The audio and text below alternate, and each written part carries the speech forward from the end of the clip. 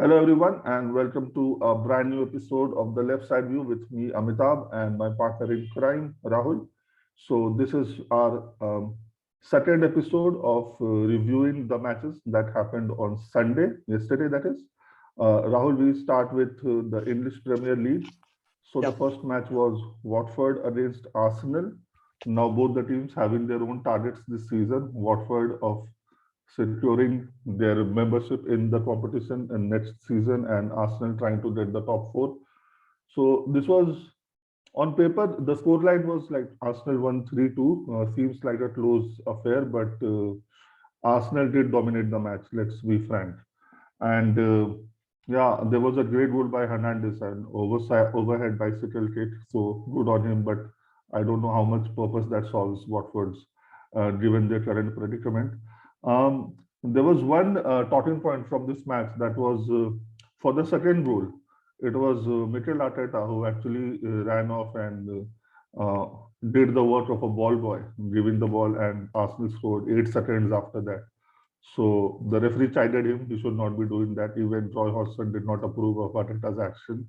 But yeah, he blamed it all on the passion and commitment he felt for the game. So yeah, pretty routine victory for Arsenal. Rahul? Yeah, I think as long as the goal counts, there's nothing that you can do as long as it's within the rules. I mean, obviously, if it was not within the rules, then the referee would not have allowed it. So there is not much that you can say about it. I think I think all the goals were really good in a way. Goals from distance. Even like I said, I think provided 2 assists. I mean, you've got to appreciate, like I said, in a way because it did look like when Aubameyang left that they didn't really have any backup. So but then he has been leading the line and he has been doing a great job. Arsenal, I think they're already ahead of uh, United and they've got, I think, games in hand as well. So obviously, a great victory, great goals. Even the Hernandez goal was really good. Uh, yeah, and from here on, Arsenal move on forward.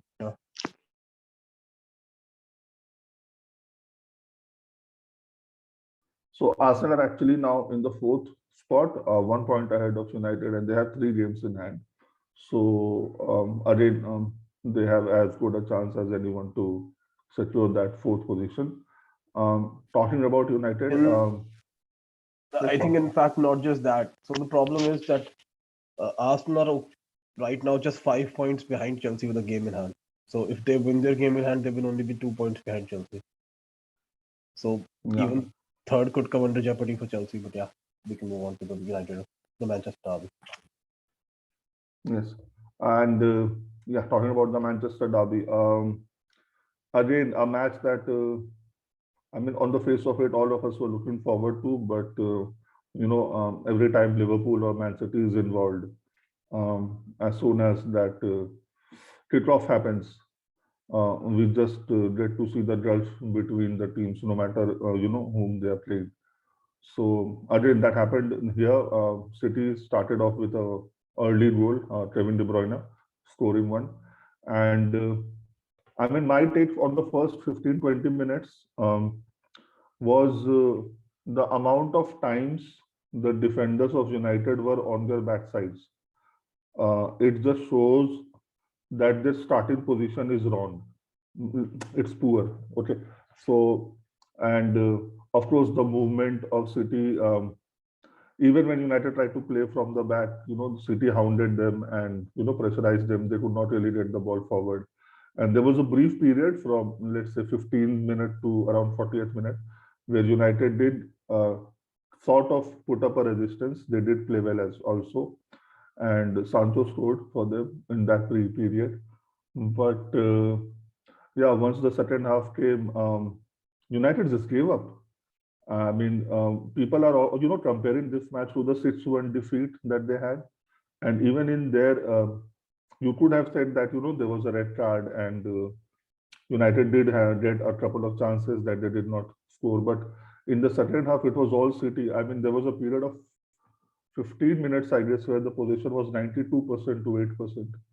And again, after the match, everything, all the wrong noises started, doing the rounds again with reporters saying that Cavani was training very well for 3 days, but then he made himself unavailable for the game. Or even Ronaldo was told that he'll not start, and that is why he said he's not available for this match.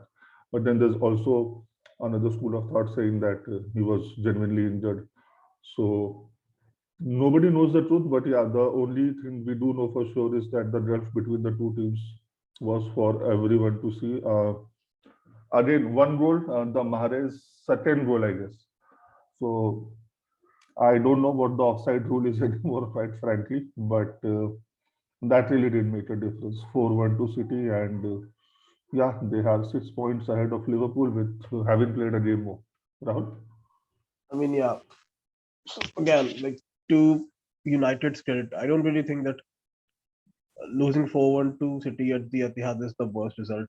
Uh, at the same time, they were already supposed to miss a few players, but then on top of that, I think Luke Shaw and Varane also tested positive for COVID, so even they all of a sudden were, I mean, out of this game.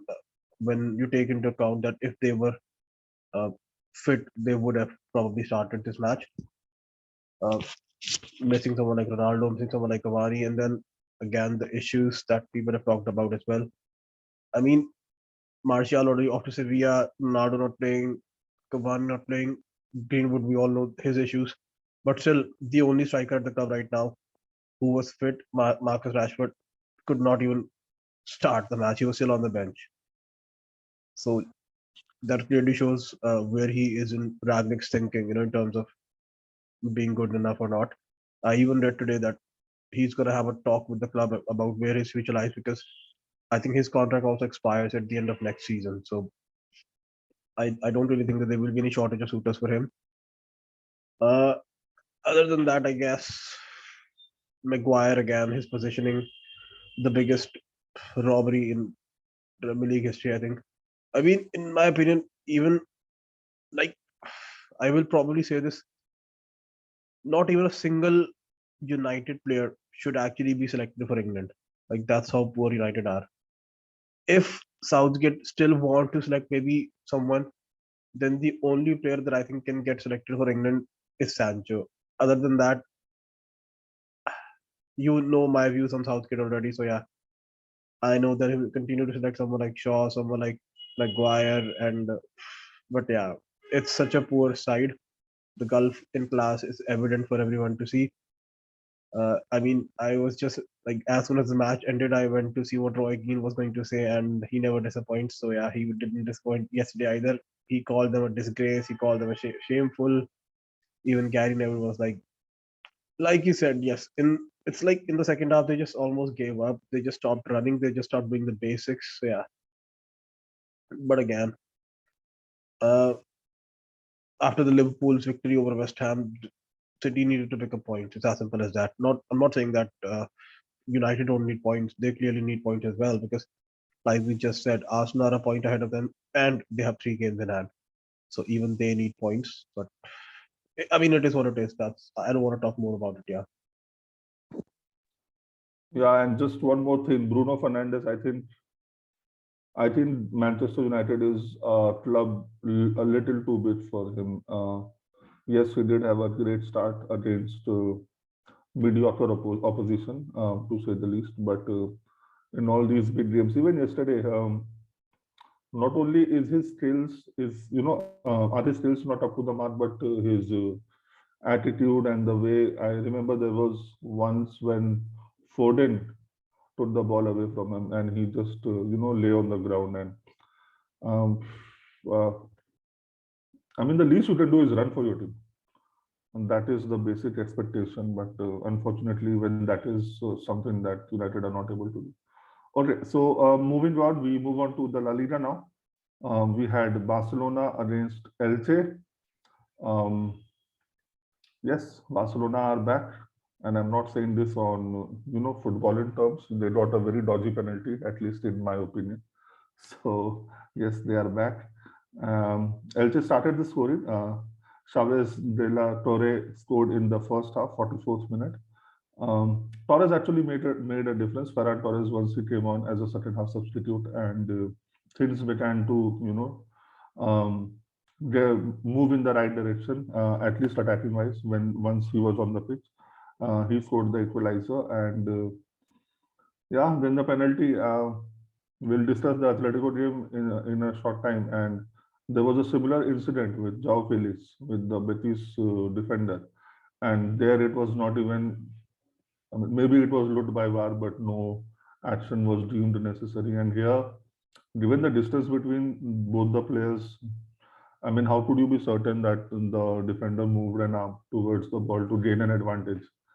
And there are, there are so many technical terms, and when you want to give a decision, so you can choose, pick and choose your words, and if you don't want to, then again you can have a choice of your words and then do whatever you want to. So a hard fought 2-1 victory, an important victory for Barcelona, and yeah, they're third in the table now. Rahul? Yeah, I think in a way they would look at this game and they would be really happy that they got away with a win. I mean, even Javi was like, it should have been more. At the same time, I think there were two more calls for a penalty. I think one was a similar incident wherein Elche were like they should have been given a penalty, but they were not. And even with the final whistle, I think Adama Traore was like he should have been given a penalty, but he was not. So in a way, it evened out. I mean, but then again, the class, the quality of the opposition, I mean, the quality of the players showed. I think, especially with we've talked about this before that now that they've got almost all their players back, so it just shows. I mean, even if someone who's starting not playing well, they can just replace that person, and the quality won't drop.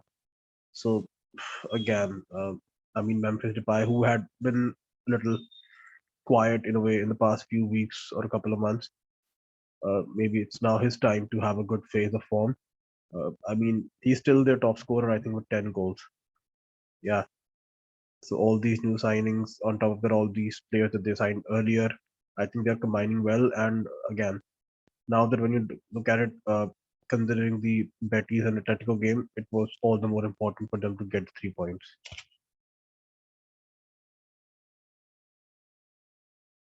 Yeah, talking about the Betis Atletico game, I think we did sort of predict that Atletico, I think they have turned a corner as far as the form is concerned. They ran away with us 3-1 in this match, and it was actually a pretty comfortable victory. We can say that in the first half it was a still closely contested affair, but second half João Felix he scored 2 goals, and the third goal was scored by Thomas Lemar, assisted by Griezmann. So, yeah, I mean, they always had the players. Somehow, the team did not click in the first half, or at least till 60% of the season, first 60% of the season. So now everyone seems to be clicking, and again, bad news for Manchester United as far as Champions League is concerned. The table now, the league table now. Is like something that we have grown accustomed to see of late. So it's Madrid, Sevilla, Barcelona, and Atletico. Betis may be falling by the wayside at the wrong time of the season, but we can also say that the only fact that they were there up there was because these two teams were performing far below their potential. So it is what it is. Rahul? Yeah, I mean, how many goals has he got now in his last 3 or 4 games, Joao Felix? I think it all started with that game against United, where he scored from a header, but then ever since then, he has been on a really nice vein of form. Even this vein of form has in a way coincided with the return of Griezmann as well. On top of that, a little bit of tactical tweak wherein he put in Renildo at left back and Renan Lodi at left wing back. So Lodi again had a great game in my opinion. So yeah, all these things are finally clicking, and the bad luck for the other teams is that they're kicking at the right time for Atletico, but at a bad time for someone like Real Betis and United. Yeah, so moving on to the Bundesliga, Dortmund's match yesterday was postponed due to COVID scare, and again, maybe we are still not out of the pandemic yet, and it is rearing its ugly head all over again. So yeah, everybody just needs to be safe and precautious right now that it's still very much there. So The match was postponed rather. Rahul? Yeah, I think this was announced actually a couple of days ago that the game would be postponed. I think the date has already been decided. It's, I think, going to be next Wednesday.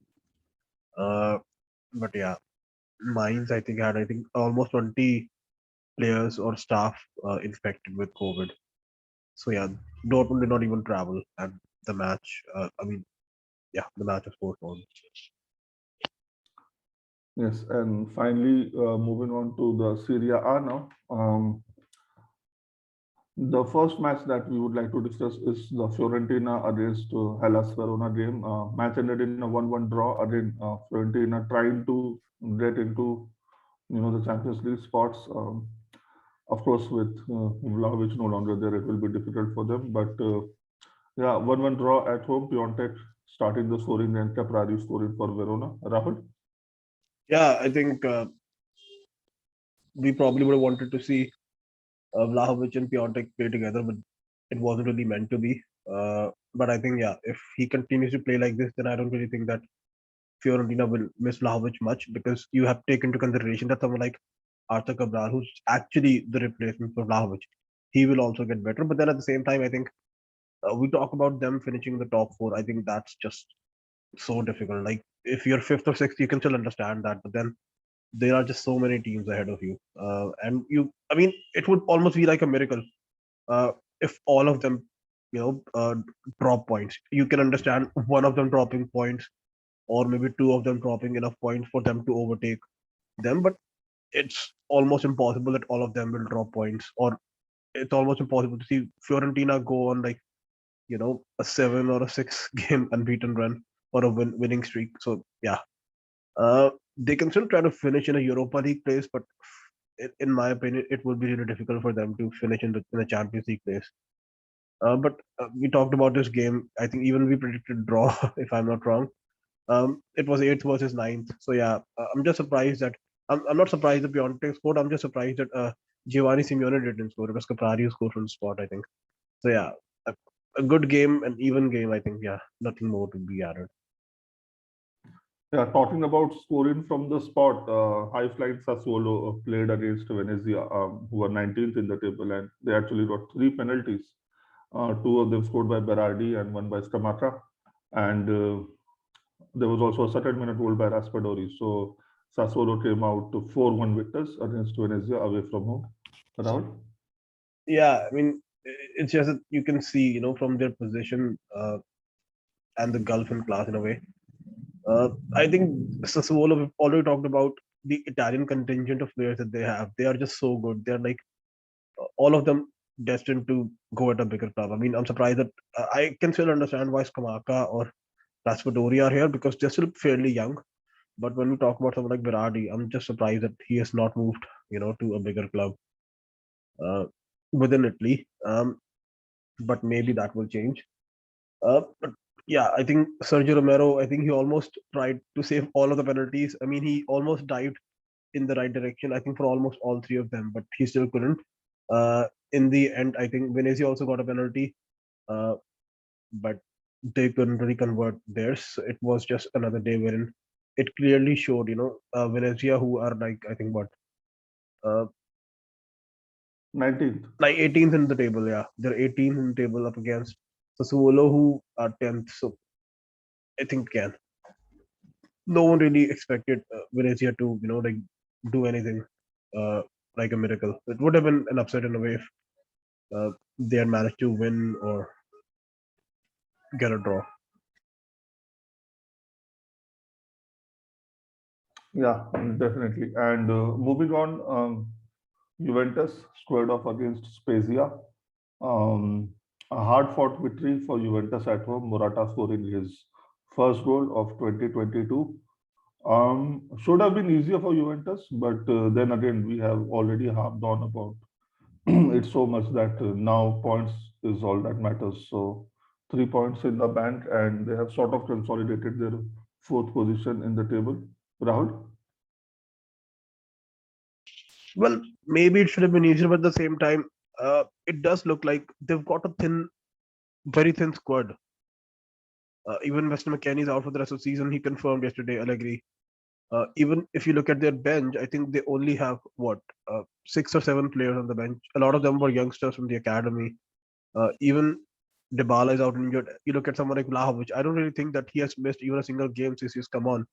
Allegri actually did not want to play him in this match. He wanted to rest him, but then again, there were just no options, So they had to play him. So obviously, if this continues, then um, I mean, even getting a 1-0 victory is a great thing in a way. Uh, if they had lost or dropped points, even then I would not be surprised because of how overworked a lot of these players are because of the injuries. So a good point, especially when you take a look at how many teams are there just behind them chasing the fourth spot. Yeah, and especially, with their participation in the Champions League and the three teams ahead of them being absolutely free and they can concentrate on the league. So maybe this becomes a factor as well. But then, having said that, they are like 8 points, given that in the wins their match in hand, they are 8 points and with 10 matches to go. And I mean, stranger things have happened. Let's just see. I was actually reading about it that the three, the managers of the three teams ahead, they have not won the league. They have always been there or thereabouts, right? So maybe this also will be crucial now in Juventus's coach Allegri. He has won the league 6 times. So yeah, let's see what happens now. I And mean, finally, yes, sir. yeah. So Inter are not really out yet. They will be. I mean, most likely, but they're still yet to play the second leg against Liverpool. Yeah. Maybe one more match in Europe. Yeah, And finally, we have in Naples, Napoli against AC Milan. Uh, I don't really know if I mean, what we predicted, but yeah, I think you Milan. predicted Napoli to win. You obviously predicted Milan to win. Yeah. Me and my biased ways, I'm sure I predicted Milan to win. Yeah, and thank God they did. Again, a closely contested affair, but Giroud, oh my God, we have sang his laurels so many times, and once again coming up delivering the goods. Zlatan made a substitute appearance in this match, and let's see if he'll be available for the next 10 games. And again, his experience will be important to the team. Um, I mean, all the top three teams have played each other now in a very short space of time, and Inter seems to be like they have lost the most. And yeah, Milan top of the league right now. Um, Rahul? I think a great game to be honest. Again, it's like no one's now talking about the Napoli victory over Milan at the San Siro earlier in the season. Uh, when you take a look that both these matches, the away team won and won by the same margin of 1 goal. Uh, so yeah, I think Giroud again. He has now scored against a winner against Inter Milan, and he's now scored a winner against Napoli. I think he's one of the only few players to have done that. Uh, and on top of that, if that was not enough, then the sight of someone like Zlatan Ibrahimovic coming on just when you're chasing a goal uh, doesn't give you joy. I think all the players were really good in my opinion. Napoli again tried. It's not like they didn't try, but they just had an off day. Maybe again, Spalletti shouldn't be so much confident after the match against Lazio, where he was like, no one should question us and our mentality in big games. I mean, yes, you managed to beat Lazio away, but then you lost it home to Milan. So maybe he should have waited to make a comment like that. And other than that, I think I've got some stats here. So purely, he won a Serie A match as head coach against Spalletti for the first time in his career. So it's not like Pioli has a great record against Spalletti. It took him 10 matches to win a match against him. Uh, Again, Giroud has scored 11 goals for Milan in 27 competitions, 27 appearances all in all competitions. So that's his haul for Chelsea last season. That's in 31 games. And again, I think Napoli's home record is the one wherein they are struggling the most in a way. I think 4 of their 5 defeats in the competition have actually come at the Diego Maradona Stadium. So there are again question marks about Napoli's mentality. which will again not go away, in my opinion.